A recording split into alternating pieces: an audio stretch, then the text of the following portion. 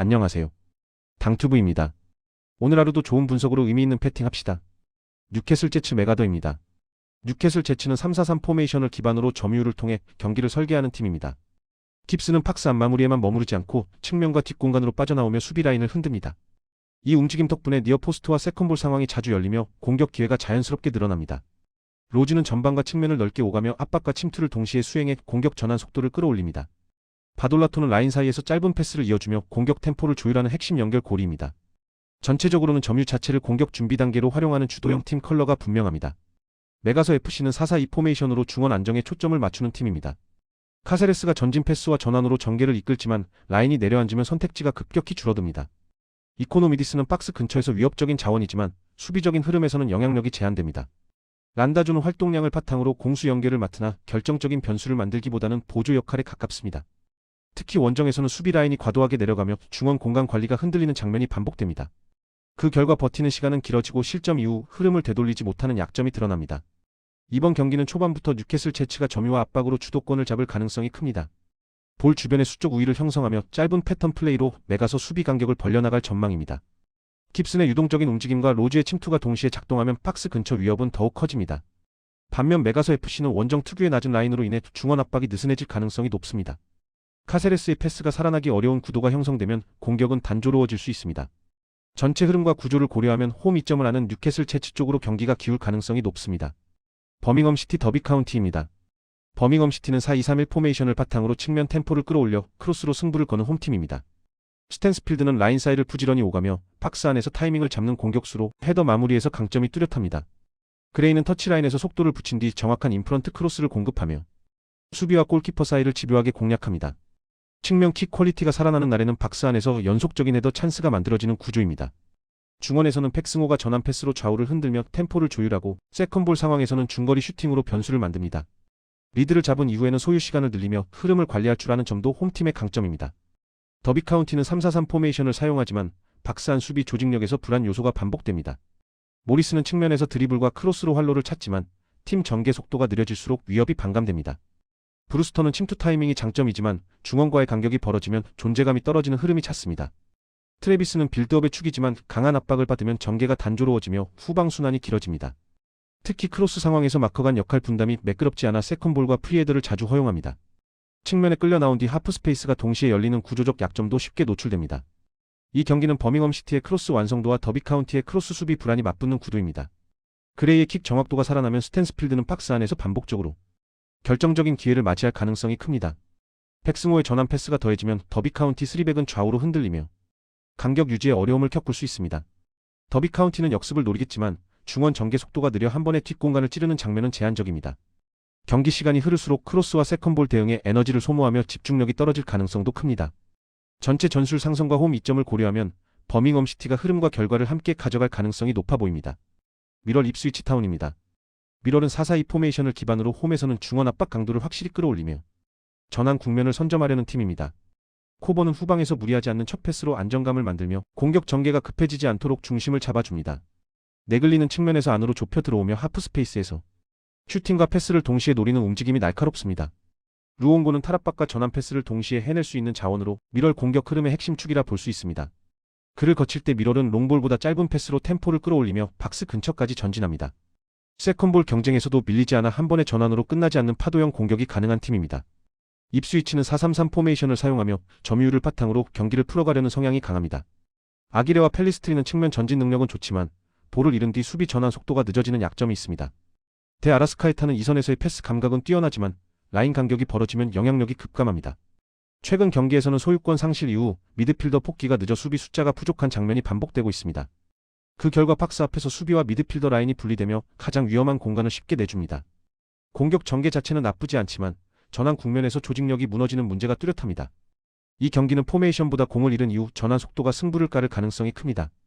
미럴은 홈에서 압박 강도를 높이며 루옹고를 중심으로 전환 패스를 빠르게 연결할 수 있는 구조를 갖추고 있습니다. 이 과정에서 입스위치의 수비와 미드필더 사이 공간을 직접적으로 공략할 수 있습니다. 입스위치는 점유 상황에서는 안정적이지만 전환이 느려 박스 앞 간격 관리에 반복적으로 실패하고 있습니다. 네글리와 루옹고가 중앙과 하프 스페이스를 동시에 파고들면 결정적인 슈팅 찬스가 늘어날 수밖에 없습니다. 전술 상승과 흐름을 감안하면 전환 싸움에서 미럴이 한 발 앞선 그림이 그려지는 경기입니다. 부산 KCC 창원 LG입니다. 부산 KCC는 홈에서 초반 템포를 강하게 끌어올리며 분위기로 상대를 흔드는 팀입니다. 최진광이 볼 운반과 세트 정리를 동시에 맡아 돌파 이후 킥아웃으로 외곽을 살려주는 역할을 합니다. 다만 공수 부담이 누적되면 후반으로 갈수록 판단이 무거워지고 턴오버가 늘어나는 흐름이 반복됩니다. 나바로는 컷인과 코너 외곽을 오가며 공격에 활력을 주지만 수비 스위치 상황에서는 높이 열세가 드러납니다. 에르난데스가 골 밑에서 버텨줄 때는 힘이 살아나지만 파울 관리가 꼬이면 인사이드 수비가 급격히 흔들립니다. 결국 리바운드와 로테이션이 무너지는 순간 흐름을 한 번에 내주는 위험을 안고 있는 팀입니다. 창원 LG는 하프코트 세트 완성도와 전술 디테일로 승부를 보는 팀입니다. 양준석은 스크린 이후 순간 스피드를 살려 수비를 흔들며 볼을 오래 끌지 않는 점이 강점입니다. 하이픽 이후 롤 대신 타마요가 리프트로 빠져나오며 수비의 스위치 타이밍을 정면으로 흔듭니다. 이 과정에서 양준석의 패스 선택은 명확하고 오픈 찬스를 만드는 속도가 빠릅니다. 타마요는 상단과 미드레인지에서 공간을 열고 에릭은 골 밑에서 리바운드와 수비 균형을 책임집니다. 그래서 LG는 공격 효율과 리바운드 안정감을 동시에 유지하는 구조를 갖추고 있습니다. 이 경기는 하이픽 이후 스위치 타이밍을 누가 더 정교하게 공략하느냐가 핵심입니다. 부산 KCC는 초반 에너지로 맞서겠지만 스크린 수비와 로테이션 균열이 누적되면 인사이드에서 흔들릴 수 있습니다. 에르난데스의 파울 트러블이 발생하는 순간 세컨드 찬스와 수비 집중력이 동시에 무너질 가능성이 큽니다. 반면 창원 LG는 리프트 패턴을 통해 상단과 골밑을 동시에 흔들며 수비 판단을 계속 시험합니다. 후반으로 갈수록 KCC는 볼 핸들러 의존도가 높아지는 반면 LG는 공격 부담을 분산시킬 수 있습니다. 전체 흐름과 전술 완성도를 놓고 보면 승부처에서 창원 LG가 한 수 위의 운영을 보여줄 가능성이 높아 보입니다. 하나은행 신한은행입니다. 하나은행은 이지마 사키와 진안을 중심으로 공격의 뼈대를 단단히 세우는 팀입니다. 이지마 사키는 돌파와 외곽을 모두 위협하며 공격에서 막히는 지점을 스스로 메워주는 해결사 역할을 합니다. 정혜림은 미드레인지와 풀업 점퍼로 수비에 발을 묶어주며 세트 공격에서 리듬을 바꾸는 카드입니다. 진안은 골 밑에서 확실하게 버텨주는 정통 센터로 포스트업과 리바운드에서 팀의 중심을 잡아줍니다. 더블팀이 들어오는 순간 빠른 킥아웃과 볼순환으로 외곽 찬스를 만드는 판단 속도가 강점입니다. 결국 인사이드 안정감과 빠른 의사결정이 맞물릴 때 가장 완성도가 높아지는 구조입니다. 신한은행은 3점 슛과 스페이싱을 기반으로 공격폭을 넓히는 팀입니다. 신이슬은 볼 없이 움직이며 외곽에서 리듬을 살리는 가드로 한두 번의 3점으로 흐름을 바꿀 수 있습니다. 홍유수는 활동량과 높이를 겸비한 에너지 빅맨으로 골밑 보완과 세컨드 찬스를 동시에 책임집니다. 최희샘은 외곽 공격의 핵심 축으로 수비가 한번 흔들리면 연속 득점으로 분위기를 끌어올립니다. 다만 외곽 의존도가 높아 3점이 막히는 날에는 공격이 단조로워지는 약점이 드러납니다. 인사이드에서 중심을 잡아줄 자원이 얼마나 버텨주느냐가 경기 안정성을 좌우합니다. 이번 경기는 하나은행의 인사이드 중심 운영과 신한은행의 외곽 폭발력이 맞붙는 구도입니다. 하나은행은 진안에게 꾸준히 공을 투입해 더블팀을 유도하고 그 이후 패스 선택으로 수비를 흔들려 할 것입니다. 이 과정에서 이지마 사키와 정혜림의 킥아웃과 미들 공격이 살아나면 공격 밸런스가 크게 좋아집니다. 신한은행은 신이슬과 최희샘의 3점으로 코트를 넓히며 흐름을 바꾸려 하겠지만 리바운드 싸움이 부담입니다. 외곽이 빗나가는 구간에서는 홍유순의 활동량에 의존할 수밖에 없는 구조도 분명합니다. 종합적으로 보면 인사이드에서 먼저 안정감을 확보할 수 있는 하나은행이 후반 승부처에서 유리한 흐름을 잡을 가능성이 높아 보입니다. 삼성화재 OK저축은행입니다. 삼성화재는 아이에게 공격 비중이 크게 쏠려있는 구조로 강타 한 방으로 흐름을 바꾸는 팀입니다. 아이는 높은 타점과 파워로 사이드와 후위에서 득점을 책임지지만 공격 패턴이 읽히면 효율이 급격히 떨어집니다. 김우진은 공수 전반을 커버하는 자원이지만 리시브가 흔들릴 경우 자신의 템포를 살리기 어렵습니다. 황두영과 김준우가 교체로 분위기를 바꿔줄 수는 있으나 흐름을 길게 유지하기에는 한계가 있습니다. 결국 리시브가 흔들리는 순간 하이볼 위주로 갇히며 스스로 어려운 경기를 만드는 경우가 많습니다. 홈 분위기로 초반은 버틸 수 있지만 세트 후반 안정감이 가장 큰 변수입니다. OK저축은행은 디미트로프와 정광인을 중심으로 공격 밸런스가 잘 잡힌 팀입니다. 디미트로프는 백어택과 킥오픈에서 확실한 결정력을 보여주며 랠리를 마무리합니다. 전광인은 코스 선택과 블로킹 활용이 뛰어나 사이드에서 꾸준히 점수를 쌓아줍니다. 오데이와 박창성이 중앙에서 속공과 블로킹으로 높이를 장악하며 공격 선택지를 넓혀줍니다. 여기에 송이채의 강한 서브가 더해져 상대 리시브를 흔드는 장면이 자주 나옵니다. 전체적으로 서브부터 공격까지 연결이 매끄러운 완성형 구조에 가깝습니다. 이 경기는 리시브 안정성과 서브 압박이 흐름을 가르는 승부입니다.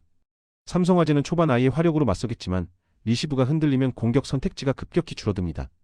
OK저축은행은 서브로 리시브를 흔든 뒤 디미트로프와 정광인의 강타로 압박을 이어갈 수 있습니다. 세트가 길어질수록 중앙 속공과 블로킹에서 OK저축은행의 우위가 더 뚜렷해질 가능성이 큽니다.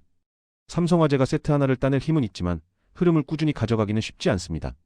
전체적인 조직력과 밸런스를 감안하면 OK저축은행이 후반으로 갈수록 유리한 그림입니다. 도로공사 페퍼저축은행입니다. 한국도로공사는 전위와 후위 밸런스가 매우 안정적으로 맞춰진 팀입니다. 미들 블로커들이 중앙을 단단히 지키며 블로킹 간격을 촘촘하게 유지해 사이드 강타에도 쉽게 흔들리지 않습니다. 후위에서는 이지훈이 티그와 연결을 동시에 책임지며 랠리 흐름을 깔끔하게 정리해줍니다.